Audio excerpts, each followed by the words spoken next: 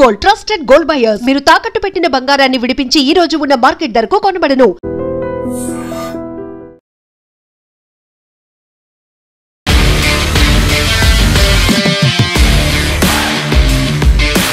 నమస్తే, welcome to I dream weekend update with Kavitha. మనతో పాటుగా ఉన్నారు foundation for democratic reforms founder doctor Jayaprakash Narayana garu. Sir, మరి ఇప్పుడు పార్టీలు, పదవులు, ఫిరాయింపులు వీటన్నిటి గురించి మాట్లాడుకున్నప్పుడు తెలంగాణలో కూడా 10 మంది ఎమ్మెల్యేలు ఫిరాయింపులు అయ్యాయి. మళ్ళీ ఇది కూడా సుప్రీంకోర్టు దాకా వెళ్ళింది. సుప్రీంకోర్టు ఒక 3 నెలల గడువు స్పీకర్కి ఇచ్చిన తర్వాత మళ్ళీ ఒక ఎక్స్టెన్షన్ కావాలని కోరుకున్నారు. ఆ టైంలో సుప్రీంకోర్టు సీజే గవాయి చేసినటువంటి వ్యాఖ్యలు, న్యూ ఇయర్ సెలబ్రేషన్ మీరు ఎక్కడ చేస్తున్నారో తేల్చుకోండి అనే మాట. సో వారం రోజుల గడువు, ఆ వారం రోజుల గడువు ఈ రోజుతో అయిపోతుంది. సార్, ఎలాంటి డెసిషన్ తీసుకుంటారు సార్? ఏమవుతుంది అనుకుంటున్నారు మీరు? ఆ భాషను గురించి మనం పక్కన పెట్టేద్దాము. అడ్వకేట్ జనరల్ గారి వ్యాఖ్యను చూశాను, పక్కన పెట్టేద్దాం. ప్రతి విషయంలో కూడా మనకి ఒక చట్టం తీసుకొచ్చినప్పుడే చిత్తశుద్ధి కంటే పార్టీల ప్రేమ ఎక్కువైపోయింది. ఉదాహరణకి పార్టీ ఫినామినేషన్ తెచ్చినప్పుడు నిజంగా గనక ఇది అమలు కావాలని కోరుకున్నట్టయితే పార్టీ ఫిరాయింపు జరిగిందా లేదా నిర్ణయించే అధికారాన్ని మీరు ఎన్నికల సంఘానికి ఇచ్చారనుకోండి, ఈ గొడవ లేకుండా పోయేది. వాళ్ళకి ఎట్లా ఇస్తారో మీరు అడగచ్చు. ఎన్నికల సంఘానికి ఇప్పటికే ఒక ఎమ్మెల్యే కానీ ఎంపీ కానీ ఎన్నికయ్యారనుకోండి, ఆయన అనర్హుడైనాడు. మీరు ఆయన ఎన్నికల పదవిలో ఉండగా అనర్హుడైనాడు ఏ కారణంగా కానీ.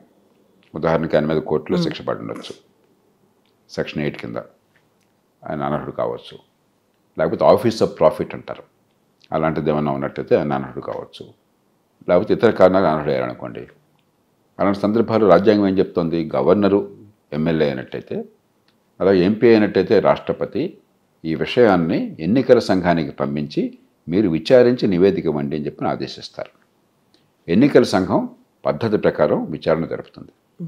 జరిపి ఒక నిర్ణయం చేసి గవర్నర్కి లేక రాష్ట్రపతికి సిఫారసు చేస్తుంది.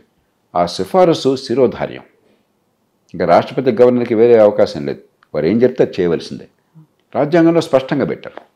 కాబట్టి అసలు గందరగోళానికి తావులేదు. నిజంగా పార్టీ ఫిరాయింపు నిషేధమే మీ లక్ష్యమైనట్టయితే ఆ అధికారం ఎందుకు వాళ్ళ చేతుల్లో ఇవ్వలేదు? లక్ష్యం పార్టీ ఫిరాయింపు కాదు, మా పార్టీలోకి వచ్చే ఫిరాయింపును ప్రోత్సహించాలి, వేరే పార్టీలో పోయే ఫిరాయింపును ఆపాలి. స్పీకర్ ఎప్పుడు మావాడు కాబట్టి స్పీకర్ చేతుల్లో పెట్టుకున్నాం. తొలిచి పెట్టినప్పుడే దాని ఉద్దేశం అది. ఇక తర్వాత అవన్నీ భాగవతం. ఒకప్పుడు స్పీకరు పార్టీలకు అతీతంగా వ్యవహరించేవాడు. ఒక జీవి మౌలాంకర్ మొట్టమొదటి స్పీకర్ ఈ దేశానికి. ఆయన పూర్తిగా నిష్పాక్షికంగా బ్రిటన్లో హౌస్ ఆఫ్ కామన్ స్పీకర్ ఎట్లా వ్యవహరిస్తారో అలా వ్యవహరించారు. కానీ ఈవేళ స్పీకర్లు 100కి 90 మంది వాళ్ళ కోరిక ఏమిటి? స్పీకర్లకి నేను మంత్రి అయితే బాగున్నాం, మంత్రి పదవి నాకు రాక ఈ స్పీకర్ పదవి ఇచ్చారు ఒక కన్సలేషన్ ప్రైజ్గా, అంతే తప్ప ఒక సభకి అధిపతిని, శాసన నిర్మాణ వ్యవస్థకి అధిపతిని. ఇది ఒక కీలకమైన బాధ్యత. ప్రజాస్వామ్యంలో గురుతర బాధ్యత అనే భావంతో పనిచేసేవాళ్ళు చాలా అరుదు. ఆ పనిచేసేప్పుడు సహజంగానే ఆ స్పీకర్ని అధికారంలో ఉన్న పార్టీ వారికి చెప్తుంది ఏం కావాలో. అడగకుండానే అధికార పార్టీకి అనుకూలంగా వ్యవహరిస్తారు. కాబట్టి ఈ తంతంతా జరుగుతూ ఉంటుంది. అంచేత ఈ పార్టీ ఫిరాయింపు గురించి మనం అంత సీరియస్గా తీసుకోవద్దు. పార్టీల మధ్య ఏదో సరదాగా వాళ్ళకి పోరాటం తప్పితే ఆ పార్టీ ఉంటే వాళ్ళు ఫిరాయింపులు చేసుకున్నారు, ఈ పార్టీ ఉంటే వీళ్ళు ఫిరాయింపులు చేసుకున్నారు. ఇది ఒక సర్వసామాన్యం అయిపోయింది. నేను పెద్ద గొప్ప అంశంగా చేసి మళ్ళీ ప్రజల్లో పడిన ప్రచారము, పత్రికల్లో పొద్దున్న సాయంత్రం చర్చ గొప్ప జరుగుతున్నట్టు ఏమీ లేదు. ఏ పార్టీలో ఉన్నా పెద్ద మనకు ఊరేదేం లేదు. కాబట్టి నిజంగా చిత్తశుద్ధి అన్నట్టయితే ఈ అధికారాన్ని ఎన్నికల సంఘానికి ఇచ్చేయండి, మిగతా అనర్హతలు నిర్ణయించే అధికారం అన్నట్టుగాను, అప్పుడు గొడవ లేకుండా జరిగిపోతుంది. ఆ ఆలోచన ఏ పార్టీకి లేదు. ఈ పార్టీ ఫిరాయింపు నిషేధం చట్టం అమలు కావటం లేదు, సభ్యత్వం రద్దు కావట్లేదని ఘోషిస్తున్న పార్టీలు కూడా పొరపాటునైనా ఈ అధికారాన్ని ఎన్నికల సంఘానికి ఇవ్వండి అని అడుగుతున్నారా?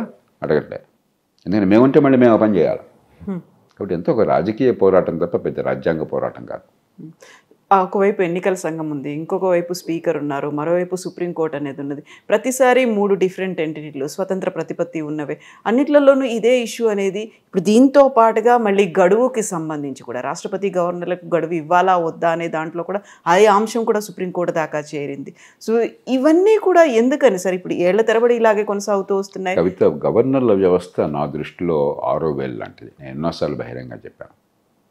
గవర్నర్ల మీద నాకు వ్యక్తిగతంగా ఏ రకమైన కోపం లేదు. కానీ నామినేటెడ్ గవర్నర్ల వ్యవస్థ మన ప్రజాస్వామ్యంలో అవసరం లేదు ఈ ఫెడరల్ వ్యవస్థలో. ఆనాడే ఒక చర్చ జరిగింది. సర్దార్ పటేల్ నాయకత్వంలో ఉన్న కమిటీ ప్రత్యక్షంగా గవర్నర్ ఎన్నుకోవాలని కూడా సూచించింది. కాబట్టి అధికారాలు లేకుండా ప్రత్యక్ష ఎన్నిక ద్వారా ఎన్నుకోవడం ఎందుకని చెప్పి దాన్ని పక్కన పెట్టారు. మరో కమిటీ ఏం సూచించిందంటే, ఎలాగైతే రాష్ట్రపతిని పార్లమెంట్ ఉభయ సభలు రాష్ట్ర శాసనసభలు ఎన్నుకుంటున్నాయో అలాగే రాష్ట్ర గవర్నర్ని రాష్ట్రంలో ఉన్న చట్టసభలు ఎన్నుకుని ఏర్పాటు చేస్తే బాగుంటుందని ప్రతిపాదించారు. మరి ఏ కారణంగా దాన్ని పక్కన పెట్టి నామినేటెడ్ గవర్నర్లు పెట్టారు. కొందరు గవర్నర్లు నిజంగా హుందాగా రాజ్యాంగబద్ధంగా వ్యవహరించే ప్రయత్నం చేస్తున్నారు. కానీ అత్యధికులు జాతీయ స్థాయిలో ఏ పార్టీ అధికారులు ఉంటే వారికి విధేయులు. కాంగ్రెస్ పార్టీ అధికారంలో ఉండగా 350 అధికారులను దుర్వినియోగం చేసి 100 సార్లకు పైగా ప్రభుత్వాన్ని రద్దు చేసి పారేశారు. కేవలం మా మాట వెంటనే లేదన్న కారణంగానే మా పార్టీకి అనుకూలం కాదని చెప్పినాం. ఎన్టీ రామారావు ప్రభుత్వాన్ని అఖండ మెజారిటీ ప్రజాబలం ఉన్నా కూడా రద్దు చేశారు. ప్రజలు మళ్ళీ ఉవ్వెత్తున లేచి మళ్ళీ ఆయనకు అధికారాన్ని కట్టబెట్టారు. కాబట్టి ఇవన్నీ మనం ఎన్నోసార్లు చూసాం. కాబట్టి గవర్నర్ల వ్యవస్థ ఇప్పుడున్న తీరు సరైనది కాదు. కానీ దాని పరిష్కారం రాజకీయంగా రావాలి. మరి గతంలో ఒక కేసులో ఏం జరిగిందంటే, సుప్రీంకోర్టులో ఒక ధర్మాసనం తమిళనాడు కేసులో గవర్నర్లు ఆలస్యం చేస్తున్నారు ఈ చట్టాలని ఆమోదించడానికి, గవర్నర్ ఆమోదిస్తేనే చట్టం అవుతుంది. రాజ్యాంగం ప్రకారం జాతీయ స్థాయిలో లెజిస్లేచర్ అంటే చట్టసభలు అంటే పార్లమెంట్ ఉభయ సభలు రాష్ట్రపతి కలిసి, రాష్ట్రంలో చట్టసభలు శాసన నిర్మాణ వ్యవస్థ అంటే రాష్ట్రంలో ఉన్నటువంటి శాసన నిర్మాణ వ్యవస్థలు అసెంబ్లీ, కౌన్సిల్ అంటే కౌన్సిల్, గవర్నర్. అంతేగాని గవర్నర్ లేకుండా శాసన నిర్మాణ వ్యవస్థ లేదు. సుప్రీంకోర్టు చాలా తొందరపాటుతో గవర్నర్ సంతకం లేకుండా ఈ చట్టాలు ఆమోదించినట్టు ఒక తీర్పు ఇచ్చేశారు. అది ఏ రకంగా చూసినా రాజ్యాంగ విరుద్ధం. నేను నిర్మోహటంగా ఖండించాను దాన్ని. ఆ తీర్పు వచ్చే రోజునే ఖండించారు. గవర్నర్లు చేస్తోంది తప్పే, సుప్రీంకోర్టు చేస్తుంది అంతకంటే తప్పు. అరాచకత్వం అవుతుంది అది. గవర్నర్ సంతకం లేకుండా చట్టం అయిపోయింది, రాష్ట్రపతి సంతకంలో చట్టం అయిపోయింది, ఇంకా రాజ్యాంగం ఎందుకు? ఇంకా రాజ్యాధినేత సంతకం లేకుండా మీరు చట్టం అయిపోతే ఇక రాజ్యాంగం ఎందుకు? అరాచకత్వానికి దానికి తేడా లేదు. ఇప్పుడు ఇచ్చిన తీర్పు ఆ అరాచకత్వాన్ని పక్కన పెట్టి చాలా హుందాగా సంయమనంతో రాజ్యాంగ విలువలను కాపాడింది. ఖచ్చితంగా గవర్నర్ వ్యవస్థ సంస్కరణ లేకుండా చట్ట నిర్మాణం కావడం కాదు. అంచేత చాలా రాష్ట్రపతి నివేదించడం 143 అధికారం కింద సరైన పని. సుప్రీంకోర్టు ఇచ్చినటువంటి తీర్పు కూడా చాలా సరైనటువంటి సలహా రాష్ట్రపతికి. తీర్పు కదా, సలహా. రాష్ట్రపతి సలహా కోరారు. ఆ సలహాని రాజ్యాంగబద్ధంగా చట్ట ప్రకారం ఇచ్చారు. సరే, సవ్యంది ఇచ్చారు. అదే సమయంలో గవర్నర్ ఇష్టం వచ్చినట్టు చేయకుండా నిరంతర కాలయాపన చేస్తే జోక్యం చేసుకునే హక్కు ఉన్నది. కాలపరిమితి పెడతాం, కానీ మామూలుగా పెట్టాం. ఎందుకంటే మీరు రాజ్యాంగ సంస్థ, రాజ్యాంగాధినేత, మిమ్మల్ని శాసించడం సరైన పని కాదు అని చాలా హుందా అని తీర్పిచ్చారు. సంయమనంతో కూడా తీర్పిచ్చారు. ఇది చాలా ముదావహం. అందులో గవర్నర్కి సంబంధించి తెలంగాణ రాష్ట్ర ప్రభుత్వం గతంలో మంత్రిగా ఉన్నటువంటి కేటీఆర్ తీసుకున్నటువంటి ఒక నిర్ణయం అనేది ఫార్ములా ఈ కార్ రేసుకి సంబంధించి ఇప్పుడు ఏసీబీ విచారణకి గవర్నర్ ఆమోదం తెలిపారు కొంత గ్యాప్ తర్వాత. బట్ అది కూడా సీఎం రేవంత్ రెడ్డి చెప్పారు కాబట్టి గవర్నర్ చేశారు అనేటువంటి మాట అనేది ఉంది సార్. ఇప్పుడు ఏసీబీ విచారణలు కావచ్చు, లేకపోతే దానికి ఛార్జ్ షీట్ దాఖలు చేయాలి, ఒక టైం తీసుకున్నారు. ఆ తర్వాత ఇప్పుడు మళ్ళీ సడన్గా గవర్నర్ వైపు నుంచి ఒక గ్రీన్ సిగ్నల్ వచ్చింది అన్నప్పుడు ఎవరి చేతుల్లో ఉన్నారు? మీరు చెప్పినట్టుగా నిజంగా రబ్బర్ స్టాంపుల్లాగే వర్క్ చేస్తున్నారా అనేది మనకేంటంటే చట్టం ఏం చెప్తుందంటే, ఒక ప్రజాసేవకుడు, ఒక అధికారి కానీ లేకపోతే ఒక మంత్రి కానీ వీరందరూ కూడా ప్రజాసేవకు పబ్లిక్ సర్వెంట్స్ కింద వస్తారు. పదవి రీత్యా ప్రజాసేవకుడు. వాళ్ళ మీద ఏమన్నా అధికారికంగా చేసిన పనుల కారణంగా, ఇవన్నీ అధికారికంగా చేసిన పనుల కారణంగా కదా, మీ విధి నిర్వహణలో కనుక మీ మీద ఆరోపణలు వచ్చినట్టయితే అవినీతి కావచ్చు, లేకపోతే నేరాలు జరిగినాయని కావచ్చు, ఆ ప్రాసిక్యూషన్ చేయడం ఇష్టం వచ్చినట్టు కాకుండా గవర్నర్ అనుమతితో చేయాలని చెప్పన్నారు. జాతీయ స్థాయిలో అయితే రాష్ట్రపతి అనుమతి కావాలి. ఎందుకంటే ఉద్దేశం ఏమిటి? పదవుల్లో ఉన్నవాడు ఏ పని చేసినా వాళ్ళ మీద కేసులు పెట్టామనుకోండి, మనం ఇంకా పరిపాలన నడవదు. కాబట్టి సరైన ఆధారాలు స్పష్టంగా లేకపోయినట్టయితే వాళ్ళ మీద క్రిమినల్ ప్రాసిక్యూషన్ ఉండరాదు, పరిపాలన కుంటుపడుతుంది. ఆ భయం ఉంటే రేపు ఎవరో కేసు పెడతారని చెప్పని. కాబట్టి దానికి మనం ఒక అడ్డుకట్ట వేయాలనే ఉద్దేశంతో అక్కడ రాష్ట్రపతికి, ఇక్కడ గవర్నర్కి ఆ బాధ్యత పెట్టారు. వారు ఏం చేయాలి? ఇచ్చినటువంటి సాక్ష్యాలు, ఆ సందర్భము, అక్కడ ఎవరి మీద అయితే ఆరోపణ చేశారో వారి నుంచి ఎవరు ఉంటే వివరాలని పరిశీలించి అవసరమైతే పబ్లిక్ హియరింగ్ కూడా పెట్టచ్చు. వారు ఒకసారి పిలిచి మాట్లాడుకో తప్పలేదు. న్యాయ సలహా కూడా తీసుకుని ఈ కేసులో నిజమే కట్టిన నేరం జరిగింది, ప్రజలను దెబ్బతినది కాబట్టి ప్రాసిక్యూట్ చేయాలని నిర్ణయానికి వస్తే అప్పుడు వారు మంజూరు చేస్తారు. ఆ ప్రక్రియ ఇప్పుడు జరిగింది ఇక్కడ.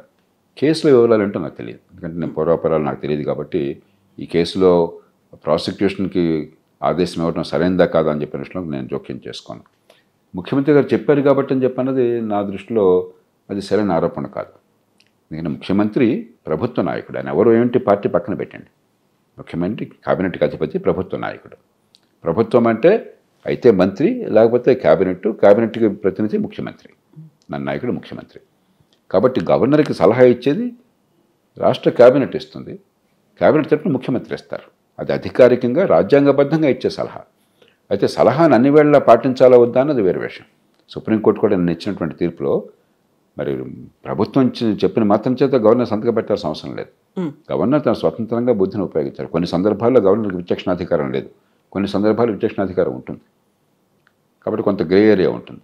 ఆ కేసును చూసి దాన్ని బట్టి నిర్ణయం చేయాలి. ఉదాహరణకి ఏ రకమైన ఆరోపణలకు ఆధారాలు లేకుండా ప్రతిపక్షంలో వాళ్ళని ప్రాసిక్యూట్ చేయమని చెప్పారనుకోండి, గవర్నర్కి తిరస్కరించే అధికారం ఉన్నది నా దృష్టిలో. ముఖ్యమంత్రి చెప్పారు కాబట్టి ప్రతిపక్షంలో ఉన్న వాళ్ళని ఇరుకుని పెట్టడం అని చెప్పనేది సరైన పని కాదు. ఈ కేసులో ఏం జరిగిందని చెప్పనేది అక్కడ పూర్వాపరాలు చూసి చెప్పగలం తప్ప ఇక్కడ కూర్చొని నిర్ణయం చేయడం సౌబైన పని కాదు. దాదాపు 50 కోట్లకు పైగా అనేది అక్కడ కేబినెట్ అప్రూవల్ లేకుండానే ఒక్క సంతకంతోనే ట్రాన్స్ఫర్ అయిపోయాయి. అందులో కేటీఆర్తో పాటుగా ఆ కాలంలో అప్పుడు పనిచేసినటువంటి ఐఏఎస్ ఆఫీసర్ అరవింద్ కుమార్ మీద కూడా ఆయన A1, A2 అనేది కేసు అందుకని పెట్టారు. ఆ వివరాల్లోకి నేను వెళ్ళాను, ఎందుకంటే నాకు పూర్తిగా వివరాలు తెలియకుండా ఇలాంటి విషయాలు వ్యాఖ్యానించడం సరైన పని కాదు. కానీ ఒక సూత్రప్రాయంగా ఏంటంటే, ప్రభుత్వంలో అవినీతి వేరు. అంటే ఒక నిర్ణయం కోసం నేను అవినీతిగా పాల్పడి నా సొంత ప్రయోజనం కోసం లంచం తీసుకుని ప్రజా ప్రయోజనం దెబ్బకొడితే అది అవినీతి చట్టపరంగా. కొన్ని సందర్భాల్లో కొన్ని పొరపాట్లు దొరకడం వేరు.